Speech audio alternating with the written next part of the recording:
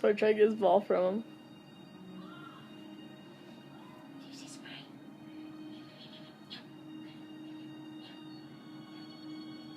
He's like, no. He literally grabbed his thumb, stabbed it, and pulled it back. He's sitting on it. Oh!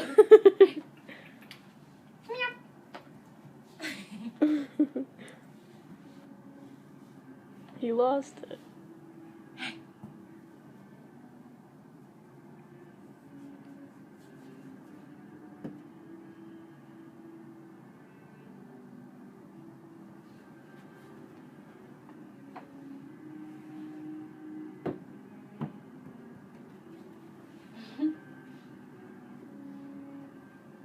I wonder if I can, like, cram my body into this.